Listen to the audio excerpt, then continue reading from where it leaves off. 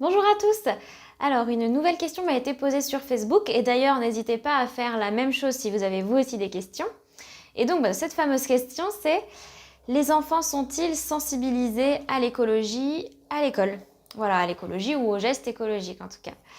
Alors, l'écologie aujourd'hui, je pense que c'est présent dans toutes nos maisons, dans tous nos foyers, que ce soit si on a une famille nombreuse ou si on est juste un couple ou autre, peu importe. Au final, aujourd'hui, c'est vraiment un sujet de fond. Donc, c'était très intéressant d'avoir cette question.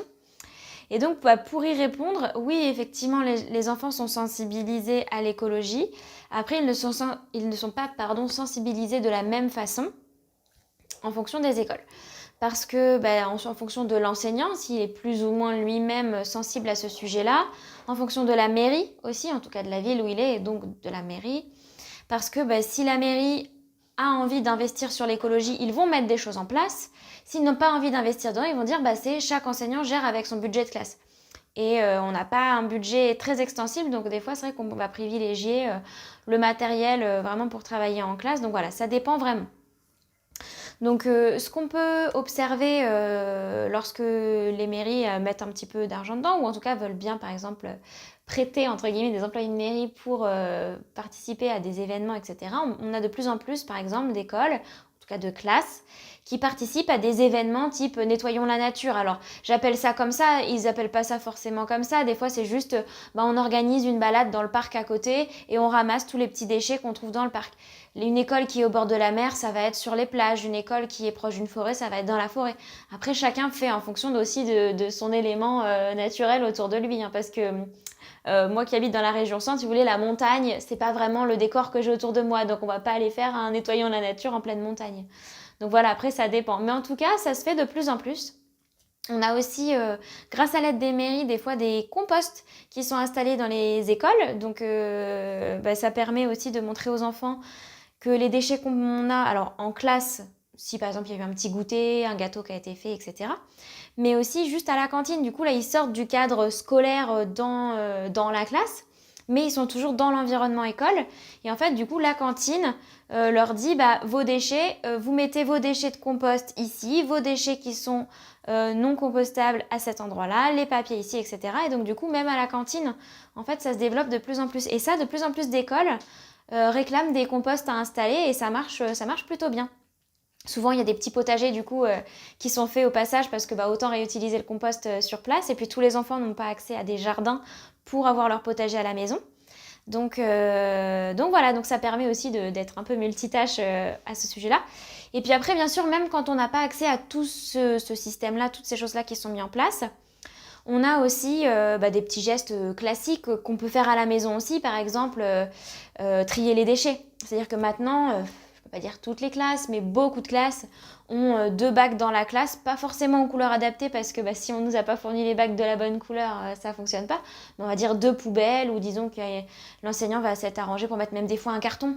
Des fois, j'ai déjà vu des classes où il y a une corbeille et un carton que l'enseignante a récupéré chez elle parce que la mairie n'a pas fourni une deuxième poubelle, etc. Donc du coup, elle a dit moi je ramène un carton et les enfants mettent leurs déchets papier dans le carton par exemple. Et ça se fait de plus en plus. Donc c'est aussi un premier investissement, je dirais, sur le long terme après pour des gestes écologiques. Tout ce qui est en rapport aussi avec le tri des déchets, on peut avoir des intervenants. Et ça, souvent, c'est soit gratuit parce que la déchetterie du coin va vouloir sensibiliser les enfants et donc derrière les foyers, quand il y a des déchetteries qui constatent qu'il y a beaucoup de problèmes dans le tri des déchets dans les foyers, ils passent par l'école derrière pour dire on va faire des petites interventions pour stimuler les enfants. Donc voilà, donc on a tout ça. Et puis après, on a aussi les gestes, par exemple, penser à couper l'eau. Là, en plus, avec les enfants qui se lavent les mains régulièrement, dès qu'ils se mouchent, dès qu'on va dehors, etc. On fait pas couler l'eau alors qu'on est encore en train de se frotter les mains avec le savon. On pense à couper l'eau, on se frotte et on remet l'eau. Parce que sinon, en fait, on se rend pas compte, mais il y a vraiment des litres d'eau qui perdent. Puis alors, fois 25, quand il y a 25 élèves, on s'en sort pas. Donc voilà, il y a aussi éteindre la lumière, tout simplement, c'est ça qu'on a tendance à oublier, mais en plus on s'en rend pas toujours compte parce qu'on a tendance, nous, à allumer les lumières même quand il fait jour dans la classe. parce que des fois on est dans des environnements où en fait c'est très sombre, on va pas être du côté où il y a la luminosité, et c'est pas possible de travailler sans luminosité, donc on met la lumière, mais du coup à chaque récré, on va nommer un responsable de la classe qui est le responsable des lumières. Alors soit c'est l'enseignant qui dit au passage « Allez, il y en a un qui m'éteint la lumière », mais c'est de plus en plus aussi où on a le responsable date au tableau, on a le responsable corbeille dans la classe, et puis on va avoir le responsable lumière, quoi, voilà. Donc ça se fait de plus en plus, donc ça permet aussi de responsabiliser les enfants vis-à-vis de ça, et puis il y en a toujours aussi qui lui répètent si jamais cet enfant-là oublie « t'as oublié d'éteindre la lumière, c'est ton travail !» Voilà, donc du coup, ça c'est des petits gestes au final du quotidien qui peuvent réappliquer à la maison derrière. Mais ça participe déjà à l'écologie, et bien sûr, on leur dit pas juste « éteins la lumière pour éteindre la lumière ». On leur explique pourquoi c'est important de l'éteindre et de ne pas la laisser tourner pendant toute la récréation. Ou même toute la soirée quand c'est le soir, du coup. Voilà, après on a aussi maintenant dans les écoles, avec la disparition des gobelets en plastique dans les commerces tels que Carrefour, Leclerc, etc. Et ben, dans les écoles, c'est pareil, on évite d'avoir des gobelets en plastique jetables. Et ça, même avant d'ailleurs la loi qui est passée pour dire qu'il n'y aurait plus de gobelets plastiques dans les centres commerciaux. Parce que dans les écoles, on s'est rendu compte que sinon, c'est interminable. Dès qu'on fait un goûter, on utilise 25 gobelets, sachant qu'il y a régulièrement des goûters. Voilà, après, c'était impossible d'en venir à bout. On jetait du plastique. Donc maintenant, il y a énormément d'écoles. Il y en a encore qui, à la rigueur, qui vont avoir des stocks de gobelets en plastique qui finissent d'utiliser. Mais globalement, il y a maintenant 95%, même peut-être plus, d'écoles qui ont vraiment des gobelets en plastique réutilisables. Alors après, encore une fois, suivant les mairies, des fois, les parents sont obligés d'en fournir un. Alors en soi ça coûte pas très cher, mais c'est vrai que ça dépend des choix qui sont faits. Donc soit les enseignants demandent aux parents d'en fournir un pour l'enfant, mais qui pourra lui faire toute sa scolarité en soi, ou soit c'est la mairie qui du coup va dire bah voilà, nous on va acheter 100 gobelets et vous le répartissez dans les classes, vous vous débrouillez, alors 100 gobelets ou le nombre qu'il faut par classe. Ça dépend de la taille des écoles, etc.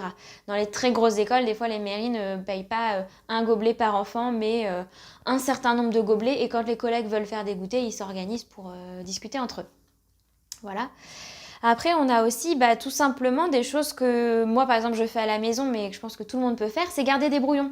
En classe, maintenant, j'arrive dans les écoles, il y a régulièrement une bannette en place à un endroit dans la classe où il y a des brouillons qui sont mis de côté. C'est-à-dire que toutes les feuilles qui auront servi sur un temps passager, qui n'auront pas été derrière gardées dans les cahiers, etc., ou une erreur d'impression ou quoi que ce soit, et ben c'est la maîtresse, elle dit aux enfants, même la maîtresse le fait, c'est mettez vos feuilles là-bas, c'est les brouillons, et du coup quand les enfants à un moment donné ont besoin d'une feuille, encore une fois de manière passagère, c'est on peut utiliser les brouillons, ou quand on fait un vote pour je ne sais quoi dans le cadre de tout ce qui est activité autour de la citoyenneté, etc. Des fois, on met du vote en place, on n'a pas besoin d'une feuille blanche, nickel, on peut reprendre du brouillon. Et même des enfants qui disent « moi j'ai fini » et que la maîtresse leur dit « tu peux aller faire un dessin », ils font un dessin sur un brouillon. Donc voilà, tout ça, c'est des petites choses qu'on donne à l'école, qu'on leur montre bien comment faire, pourquoi c'est important de le faire, et voilà, donc c'est des petites choses. Effectivement, on n'est pas dans des gestes écologiques à grande ampleur, mais bon, il faut bien un début, et puis tout n'est pas possible non plus en classe. Il y a aussi, on n'a pas que ça à faire non plus, donc on ne pourrait pas se consacrer à ça toute l'année, mais voilà, ça évolue là-dessus. Il y a plein de choses de mise en place, de plus en plus, donc voilà, ça évolue. Et puis après, les dernières choses que vous avez peut-être pu voir, c'est de plus en plus des constructions d'art visuel à base de produits recyclés. Je veux dire, par exemple, des rouleaux de papier toilette, des bouchons de bouteilles, des choses comme ça, où à la fin, ils vont faire des constructions soit individuelles, soit collectives avec la classe. Alors, soit qu'ils affichent dans l'école, ou soit qu'ils vont mettre dans leur classe. Enfin, voilà, mais il y a de plus en plus de constructions là-dessus. Donc, ça permet aux enfants de leur montrer, regardez, tout ce qu'on consomme, c'est incroyable, il faut qu'on essaye de diminuer. Et en même temps, de leur montrer, si jamais vous consommez ça, ne jetez pas tout. Essayez de garder certaines choses, de voir si vous ne pouvez pas en faire des choses sympas. Il est très simple, par exemple, si vous prenez des rouleaux de papier toilette, de les accrocher, coller les uns aux autres, mais vraiment avec les tubes qui restent collés les uns aux autres, un support en dessous, vous mettez un coup de peinture et ça vous rend un super pot de crayon. Alors je dis pas que c'est le pot de crayon qui va tenir 20 ans, parce que si c'est un peu déchiré, ça reste du carton. Mais les enfants sont des fois très sympas parce qu'ils peuvent mettre des paillettes, ils peuvent mettre la couleur qu'ils veulent, etc. Donc voilà, pensez à des petites choses comme ça. Nous, on le fait aussi à l'école. Donc voilà, ça me permettra de montrer à votre enfant que vous faites la même chose qu'à l'école. Et ben voilà, je pense vous avoir un petit peu plus éclairé sur cette question de l'écologie à l'école. Je pense avoir fait le tour de tout ce que j'ai pu voir ou de ce que j'ai pu entendre parce que bah, je suis pas à chaque fois dans chaque école qui peut faire des sorties, etc.